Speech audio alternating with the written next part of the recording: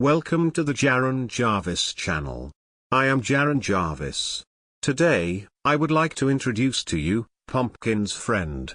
I wasn't sure what to title this since I can't call it an IRL creepy story. What happened last night was far more than that. Terrifying, horrific, and traumatizing are a few words I'd use to summarize it better.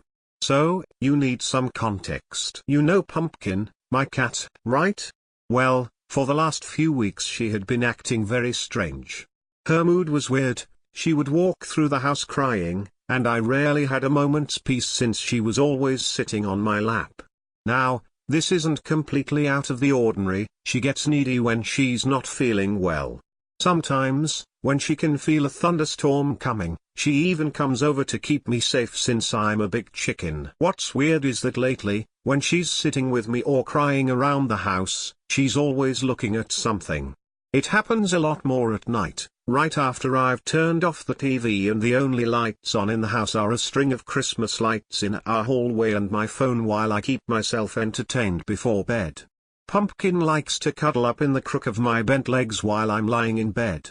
Occasionally I'll feel her jerk her head up as if she's startled by something. Last night, I took the time to watch her for a bit after she jumped and realized she was following something around the room that I couldn't see.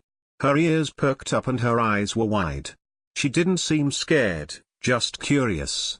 She turned her head from one side of the room to the other, followed something as it rose up and down in front of her, and stared intently at the darkest corner of the room behind the door for a few minutes. Eventually whatever she saw disappeared because she rested her head down on the bed soon after. I didn't think much of this, though my anxiety was definitely alert and aware that something weird was going on. After all, I fill my head with horror on a consistent basis and am usually quick to believe that the things my imagination come up with are paranormal. I did my best to calm myself down and went back to watching season 8 of Shameless on Netflix. Then it happened again, but this time, Pumpkin raised herself up on her front paws and I could tell she was more invested in whatever phantom she could see. She mewed a bit and started to walk towards the edge of the bed, her head following whatever it was from the dark corner to the base of our bed. I then saw something I couldn't explain. A hand reached out from nowhere and pet Pumpkin across her back. I realized as she flexed her hind quarters around these mysterious fingers, that she was comfortable with this thing. What's more horrifying is that this thing didn't have a body attached to the hand it used to pet my cat. The hand was small and had purple painted fingernails, almost like the hand of a child. I slapped a hand onto my husband's back and started breathing heavily as the small hand started scratching Pumpkin's ears. He didn't wake up and I was left to curl up into a whimpering ball as close to the headboard as I could. Then I saw the faint outline of a small figure, bringing context to the disembodied hand. It was a little girl, just barely taller than the foot of our bed. She had to be 5 or 6 years old. She was dressed in a pink t-shirt and had short blonde ringlets surrounding her head in a bob. She looked at me and smiled, her frame encapsulated with wispy light.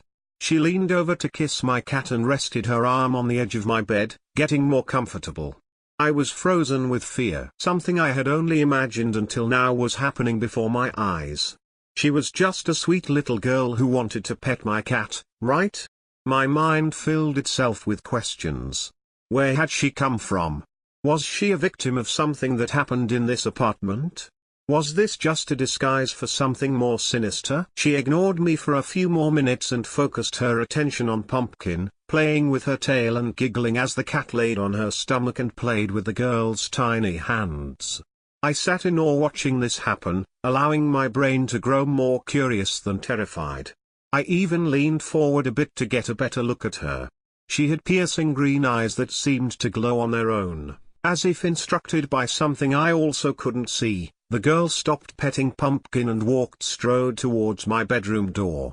As she did, she looked over at me with a smile that turned my stomach. Her eyes went black and, in slow motion, her small wispy frame grew darker, taller, and lanky in the light streaming in from the hallway. Its spindly hands and arms reached the floor and it had to duck to exit through the door frame. The thing's eyes didn't leave mine until it was out of view, but I knew it didn't have any plans to leave me alone. Pumpkin seemed satisfied with her play session and walked up to me, nuzzling her head into my shaking hands. I hugged her close to me and cried. She purred contently and snuggled into my neck as I calmed down. I unscrewed the bottle of sleeping pills by my bed, and by the time they started working, she had laid down between my legs again, her head resting on my knee. My eyelids grew heavy as the pills took over and my anxieties faded away. As my head hit the pillow, I felt Pumpkin jump yet again, but my eyes refused to open.